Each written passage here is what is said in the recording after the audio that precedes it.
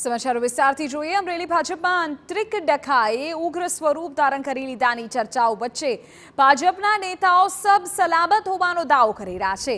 ભાજપના જ બે જૂથ વચ્ચે બારાબારી બાદ હકુબા જાડેજાએ અમરેલી પહોંચ્યા અને સાંસદ નારણ કાછડિયા, દિલીપ સંઘાણી સાથે બેઠકો કરી।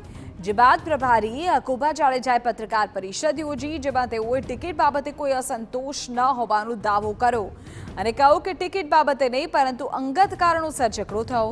સાંસદ નારણ કાછડિયા અને કૌશિક વેકરિયાના ગ્રુપ વચ્ચે કોઈ મારામારી નથી થઈ। ટિકિટ માટે કોઈ વિવાદ નથી અને કોઈ ફરિયાદ પણ નથી નોંધાઈ।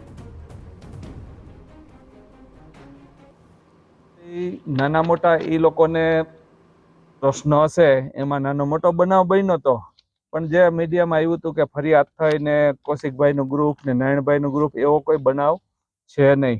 ફરિયાદ પણ આપણે બધાએ જોયું હશે, કોઈ ફરિયાદ પણ થઈ નહોતી।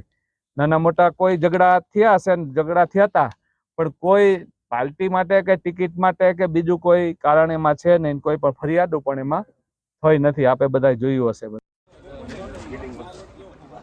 તો વર્તમાન સાંસદ નારણ કાછડિયાએ અસંતોષને લઈને કોઈ બેઠક ન થયાનું જણાવ્યું। કહ્યું કે દિલીપભાઈને ત્યાં ભૂપેન્દ્રસિંહ ચુડાસમા આવવાના હતા એટલે ભોજન સમારંભ રાખ્યો હતો અને ઉમેદવાર પણ સાથે હતા। વધુમાં કહ્યું કે અમરેલીમાં કોઈ અસંતોષ નથી। ભાજપનો કાર્યકર સોશિયલ મીડિયામાં વિરોધ કરશે તો તાત્કાલિક પાર્ટીમાંથી સસ્પેન્ડ કરાશે। ટિકિટ કપાતા મને કોઈ જ રંજ નથી। અસંતોષ અમરેલીમાં છે જ નહીં। પહેલા કોઈને ક્યારેય અસંતોષ ભારતીય જનતા પાર્ટીમાં નથી। બાકી તો સોશિયલ મીડિયામાં તો કોઈ પણ ગમે રીતે મૂકતા હોય, આપવાળા હોય, કોંગ્રેસ વાળા હોય, બીજા ગ્રુપની અંદર તમામ ભાજપના જ નેતાઓ છે।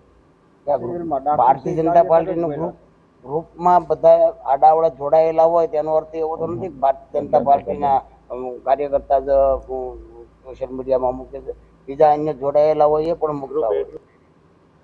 તો બીજી તરફ દિલીપ સંઘાણીએ પણ અમરેલીમાં ભાજપના ઉમેદવારને લઈને કોઈ અસંતોષનો પ્રશ્ન ન હોવાનો દાવો કર્યો। એટલે જેટલા લોકોએ ઉમેદવારી કરવા માટે નોંધાવી હતી એ બધાને મર્યાદિત લોકોને જમણવાર અમે બોલાવ્યા હતા। એમાં કોઈ જૂથવાદ નહોતો, કોઈ અસંતોષ નહોતો। વ્યક્તિગત રીતે મારા મિત્રો હતા, પાર્ટીની દ્રષ્ટિએ સાથે કામ કરીએ છીએ। મર્યાદિત કોને બોલાવવા, તો મિત્રો કરવું તો ખૂબ મોટું સર્કલ થાય, એટલે ક્રાઇટેરિયા રાખ્યો કે જેમને ટિકિટ માગી છે તે અને આ ક્ષેત્રમાં જે સક્રિય છે એવા આગેવાન, માજી પ્રમુખ અમને બોલાવો, એટલા પૂરતું ભોજન રાખ્યું, એ પણ તમે જોયું છે। ભાજપના દિગ્ગજ નેતાઓએ એક મંચ પરથી પાર્ટીમાં સબ સલામત હોવાનો કાર્યકરોને સંદેશ આપ્યો। ત્યારે હવે ભાજપના સિનિયર નેતાઓ ઉમેદવાર ભરત સુતરિયાની સાથે ચૂંટણી પ્રચારમાં જશે કે કેમ અને અમરેલી ભાજપમાં ડેમેજ કંટ્રોલ થઈ ગયું કે નહીં તે આવનારો સમય જ બતાવશે।